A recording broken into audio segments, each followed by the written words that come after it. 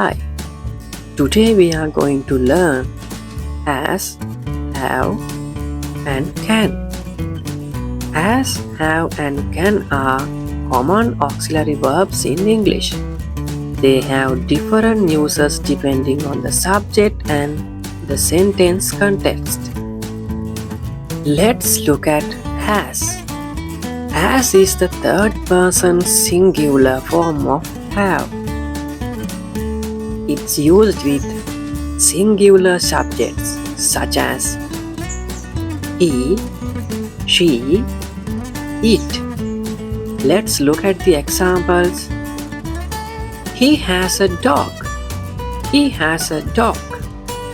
She has a watch. She has a watch. It has a long tail. It has a long tail. Let's look at have. Have is used with first person, second person, third person plural subject such as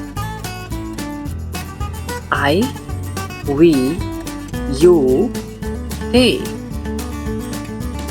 Let's look at examples. I have a book. I have a book. You have a car. You have a car. They have cars.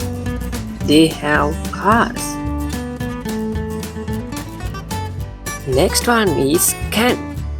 Can is a modal verb. It used to express ability or possibility. It used with both singular and plural subjects such as I, we, you, they, she, etc. Let's look at the examples. I can swim. I can swim. We can run. We can run. You can walk. You can walk. They can go. They can go. She can cook. She can cook. It's time for the quiz.